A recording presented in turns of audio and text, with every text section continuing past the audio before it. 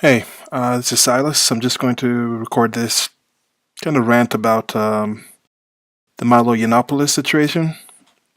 Milo Yiannopoulus, for some of you who don't know, was the Breitbart tech editor, Breitbart.com, which is a news website. And he's been in the news recently a lot with his Dangerous Faggot tour, where he's, I would say, more like a right wing provocateur. And he goes out and, I mean, he says some, as I said, he's a provocateur. He does this on purpose. He knows he's going out there and putting on an act. And I first found out about him during the Gamergate scandal, which was years ago. I was more involved in the MGTOW community, the online gaming community, and there was this internet aristocrat started with this thing called Five Guys, which is an issue with Zoe Quinn, also known as Literally Who, came in, and you could look up what Gamergate was, but it was around impropriety in gaming media. Now, Milo Yiannopoulus, I think, first came onto my radar during that time. And, hmm, there's one thing I've always wondered with homosexuality. In a case, I do understand whether it's a choice, biological, what I think it's kind of a situation where if you're tall, you have a higher chance to play basketball, but it's still a choice to play basketball. Because I consider with sexuality, depending on where you are in your life, I personally consider that the only quote unquote natural expression of sexuality is for reproduction. So anything else we do, like liking redheads, liking tall girls, liking different kinds of features, finding someone who can make you laugh, somebody who listens to your stories about things they might not find that interesting, these are all preferences.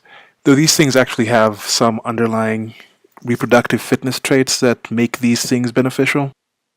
So I don't consider homosexuality unnatural as it occurs in humans and other animals, but it's part of a preference, it's part of what we choose to do. In the sense that eating is natural, but choosing to eat a burger is a preference. But that's not what this whole talk is going to be about. Um, One thing I've wondered with the homosexuality is the people who are flamboyant, who put on an act, where I wonder and I think there aren't even any other females that act that way. You know, it's like acting overly hood or it is a character. So it feels like sometimes there's a put on with Milo that didn't really quite sit right with me, but it's admitted he's a provocateur.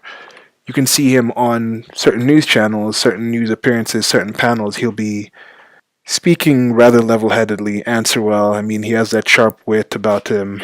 Um, but the act, and another thing that I'll come back to again later on, one of the things that kind of put me off of him was a discussion he came out in defense of circumcision, which to me is another part of abuse, which is what this rant is going to be about the abuse that Milo went through.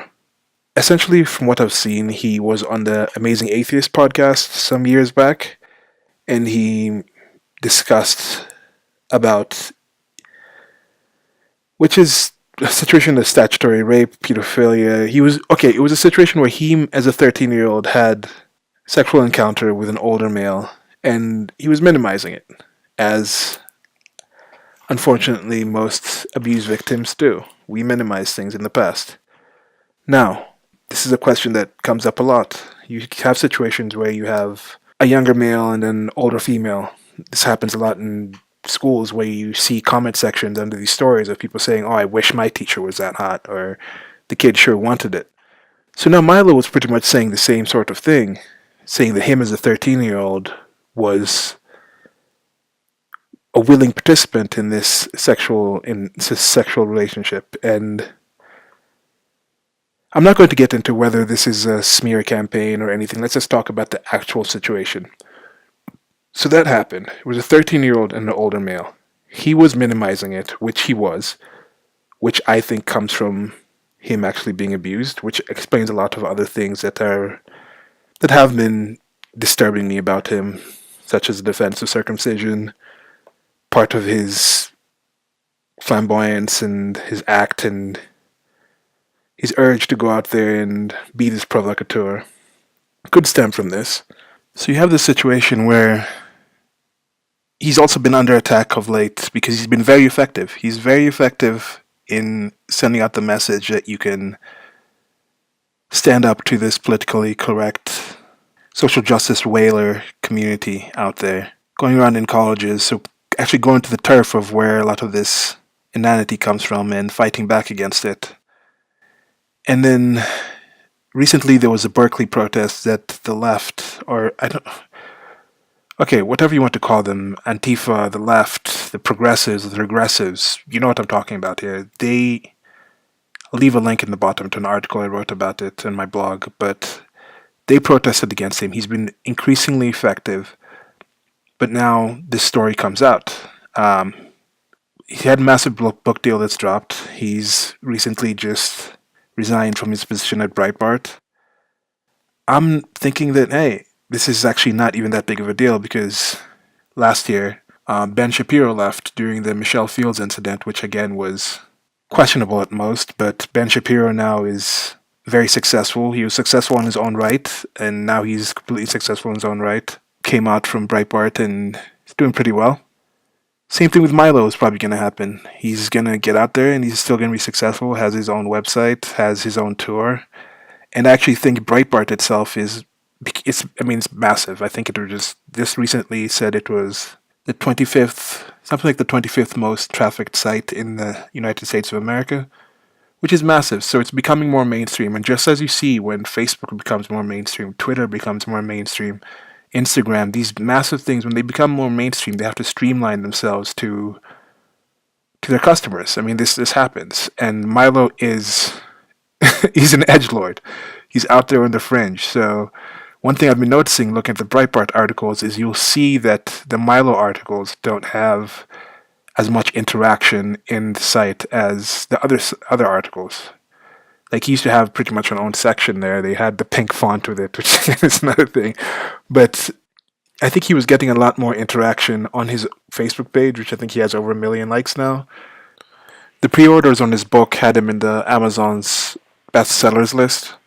The guy's going to be successful. But sorry, I'm rambling, of course. Let's get back to the issue. This case with people losing their minds about the pedophilia thing. They should. I'm not saying, of course that's a good thing. We should notice that this is a horrible thing that happens and it should be addressed as much. It shouldn't be something that we make light of. Now, was this the same thing that happened with Lena Dunham when she came out with her story about putting pebbles up her sister's parts when they were kids? No, it wasn't treated that way. Apparently, George Takei, who just had that ridiculous poll coming out to saying who is more trustworthy, the media or Trump, and then once the Twitter poll started coming up showing that Trump was about to get more trustworthy than the media, he cancels the poll. George Takei has also had this very similar question about this, very similar story about this, about him being 13 and having a sexual encounter with someone who was 18. Has he been dropped from his positions? The people who are fans of him, have they called him out the same? No, they're not.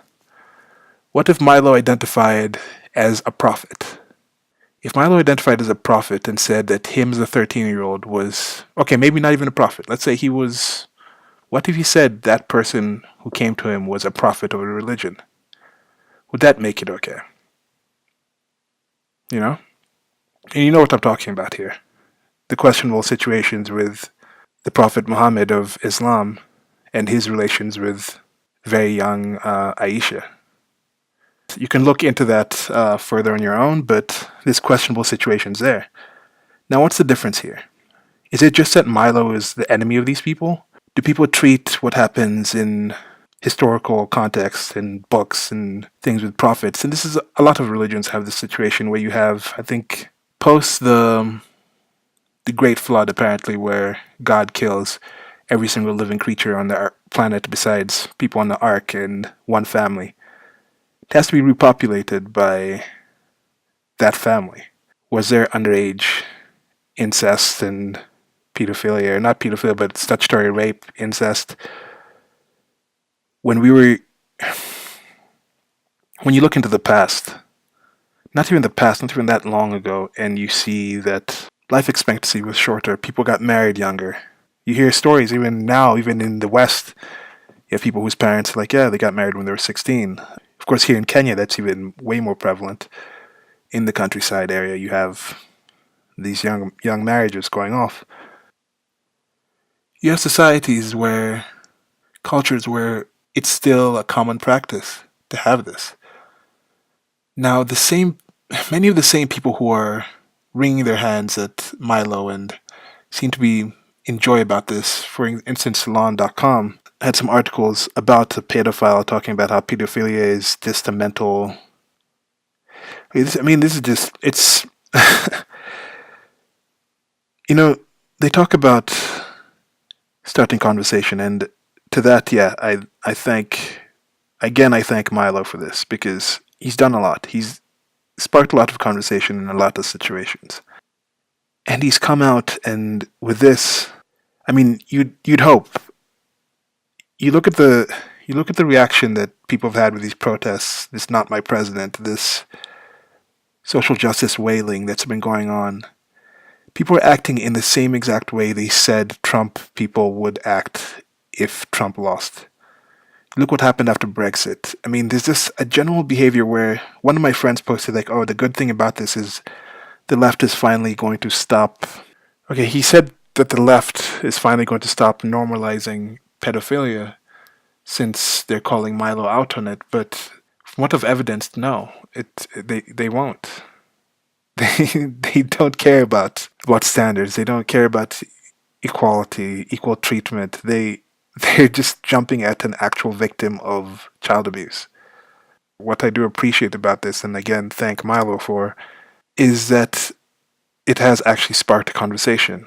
This is another thing I thank Trump for, which I'm finally going to actually get to posting a video of my main support for him, which is his ability to actually get people activated and talking about these serious situations, because these are not things we can just overlook anymore. Horrible things happen, and even though the world is becoming safer and safer, I think it's all the more important to stamp out these last flames and not let it catch back on, because there's so much more to lose now. We've gained so much that to get this close to what could be such an amazing life for everyone on Earth, and to let it slip back to let it regress would be a horrible thing it would just be a horrible thing. And I might come back to this subject later. I just wanted to try this new format of just getting through a rant, but I know a lot of people have supported Milo, a lot of people have come out against him. Just putting this out there to kind of get my thoughts on it out there. I doubt he's going to hear this, but if he does, stay strong. Hopefully he can finally deal with the trauma that he experienced, come to terms with it, and I think he'll be better for it, and hopefully this can help more people than it hurts. And yeah. And to the people out there who are attacking a victim or joyous about seeing Milo brought down in this way, then you're a hateful person, and bad things probably happen to you for you to be that hateful, which is part of more of why I'm glad that this has happened, because we have to focus on these things. We have to focus on how horrible the effect of these things are in breaking people's lives as they're so young. Okay, so I'm going to call it here. As I said, I'm going to leave some links in the bottom. Leave some links in the bottom. Not sure what video I'm going to play with this. I'm probably going to add a little recording of what the video is after, but yeah, links in the low bar. Like, share, and subscribe if you want more of this. This is more just a random ramble. I'm going to be posting more videos which are more targeted towards an actual topic, but Yeah, thanks for listening, and bye.